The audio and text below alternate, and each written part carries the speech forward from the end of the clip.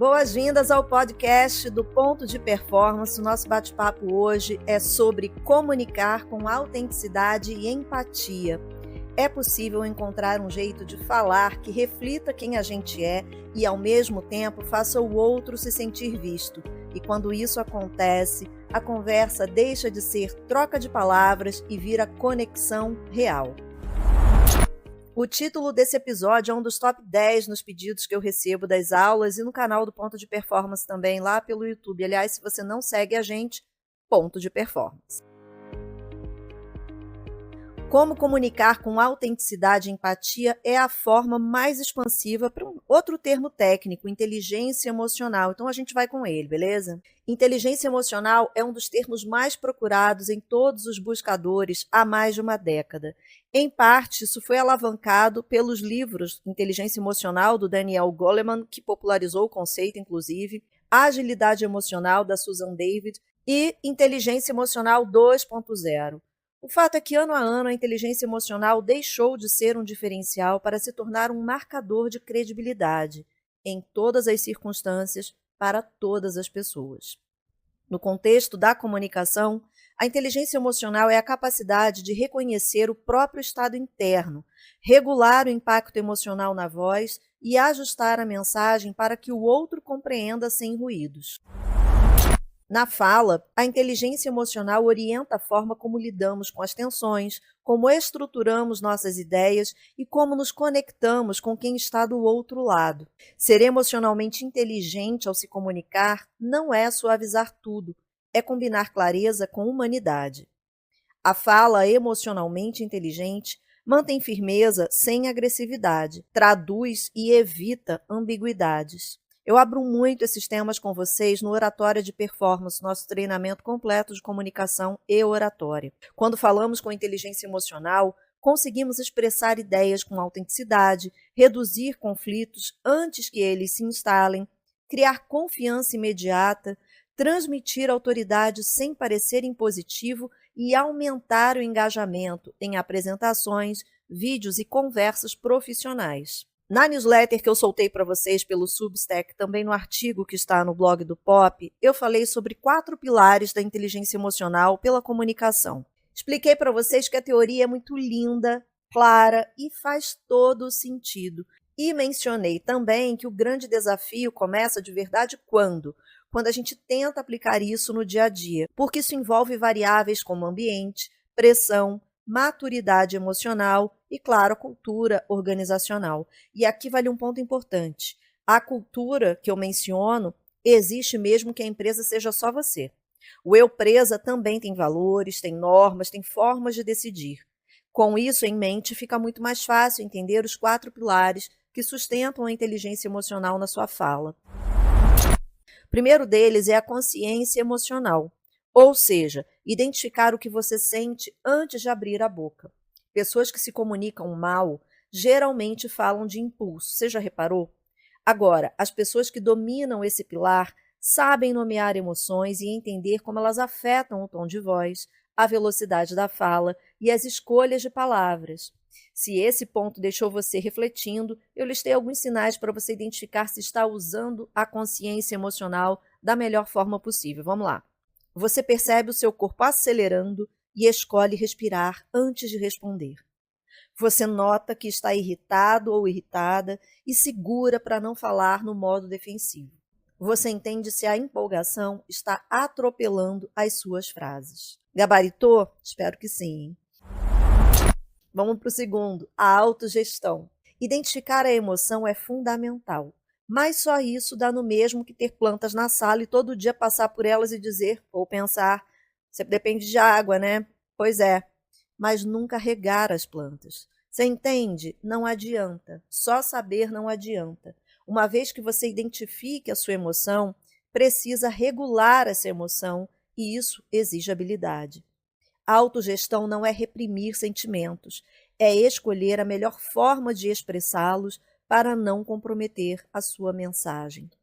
Na prática, é você chegar ajustando o ritmo quando perceber a ansiedade subindo, usar pausas curtas para reorganizar seu pensamento e evitar respostas imediatas em cenários tensos, por exemplo.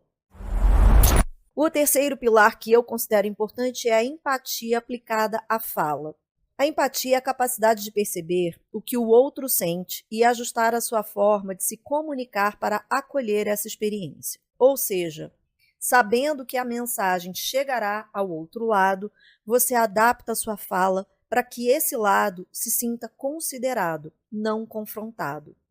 Na comunicação verbal, isso envolve calibrar o vocabulário, o tom e até a postura corporal. No OP, você aprende exatamente como fazer isso de forma prática e imediata. Eu vou deixar o link para você conhecer a grade do treinamento aqui na área de descrição do episódio, tá? Grava o seguinte: uma fala empática demonstra que você considera o contexto do interlocutor. Para testar, faz uma experiência. Faça algumas perguntas antes de se aprofundar. Demonstre que você ouviu ao reformular a fala do outro. E evite aquelas frases que minimizam emoções, como calma aí ou isso não é nada. Uma dica preciosa que eu entrego em aula e vou compartilhar por aqui também. Não seja a pessoa que tira o brilho da outra. Infelizmente, a maioria de nós já passou pela situação de ser a pessoa que vai toda feliz contar algum feito, grupo de WhatsApp, almoço de família, encontro com os amigos, vai todo feliz contar alguma coisa que aconteceu ou que você conseguiu fazer. E do nada, algum sem noção te apaga, soltando um: ah, isso aí tá fácil, imagina eu que papapá, papapá, papapá. E lá em casa, que tá. O estrago tá feito. Todo mundo já viveu algo similar, ou sendo a pessoa que tem o brilho ofuscado, ou, em alguma situação, sendo a pessoa que sem querer, espero que sem querer, ofuscou o brilho do outro. E se isso aconteceu, tá tudo bem, sempre tem jeito da gente consertar e ficar atento de agora em diante para não fazer mais isso. Quarto pilar é a habilidade social. Ao contrário do que muita gente imagina, eu não estou falando aqui do excesso da fala, ou de chegar em um lugar e saber se virar com todo mundo. Eu não estou falando de extroversão infinita. Eu falo da capacidade de conduzir as conversas com naturalidade, inclusive nas situações difíceis. Isso pode envolver uma negociação, persuasão, mediação de conflitos e até a criação de rapport. Se nessa altura do campeonato você já pensou, ixi, lascou, fica tranquilo, porque lá no OP você encontra módulos seguidos que destravam exatamente essa parte da comunicação e viram o seu jogo. Pode acreditar em mim. Para aplicar essa habilidade no dia a dia, lembre-se que quando você conduz conversas com mais naturalidade, você consegue tirar a atenção do ambiente sem fugir do assunto. Você também consegue conduzir conversas quando o outro se perde e ainda equilibra com clareza e cordialidade. Agora, como a gente consegue comunicar com autenticidade? Vamos lá.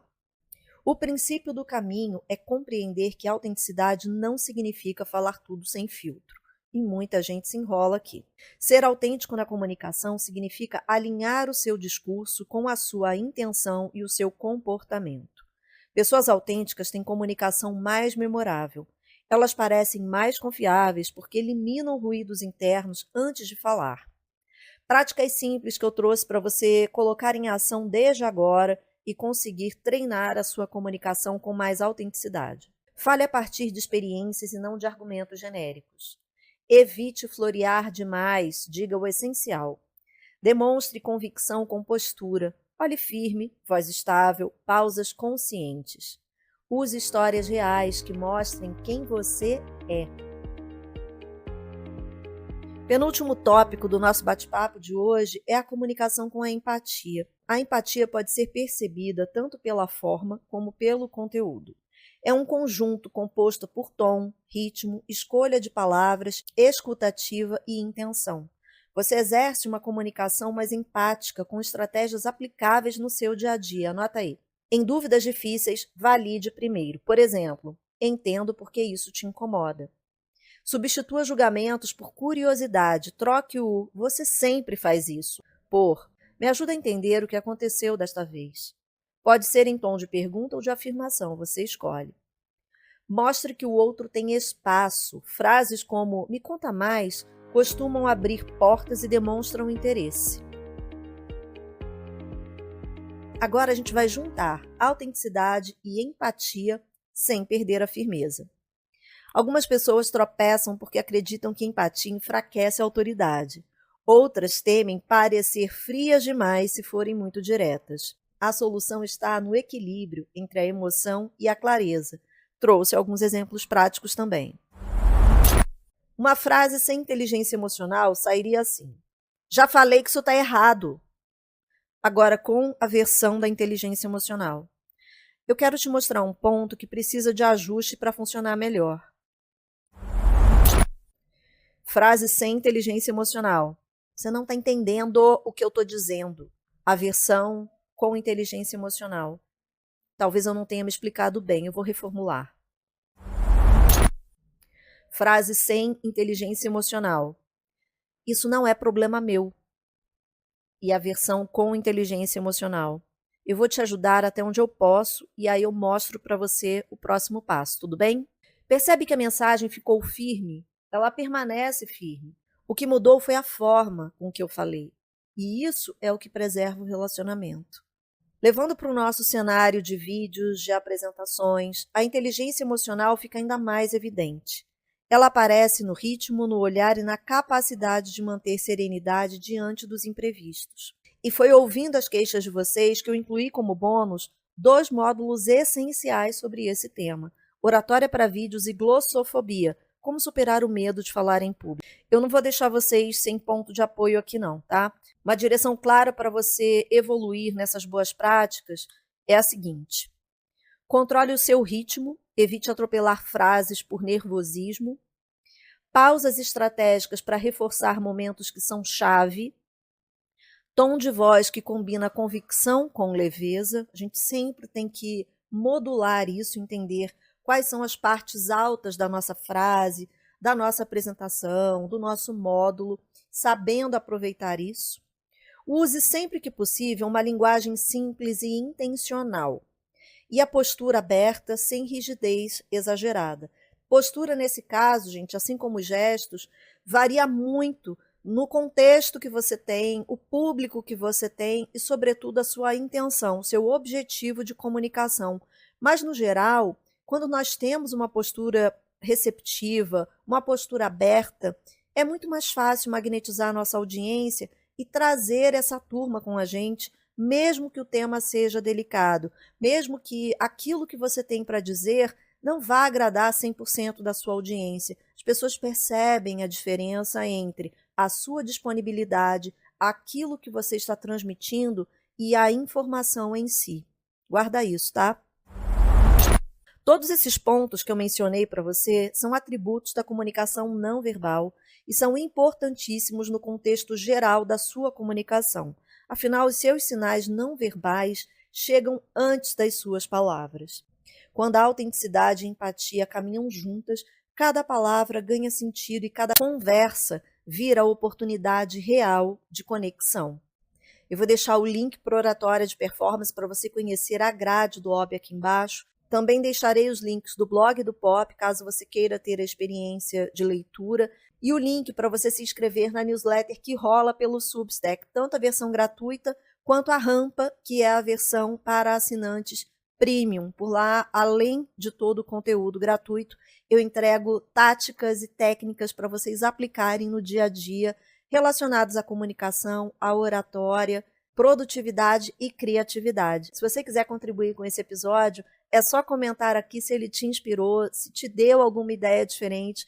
Eu adoro conversar com vocês, até para ter mais ideias para os nossos próximos episódios. A gente se vê no próximo episódio. Beijão!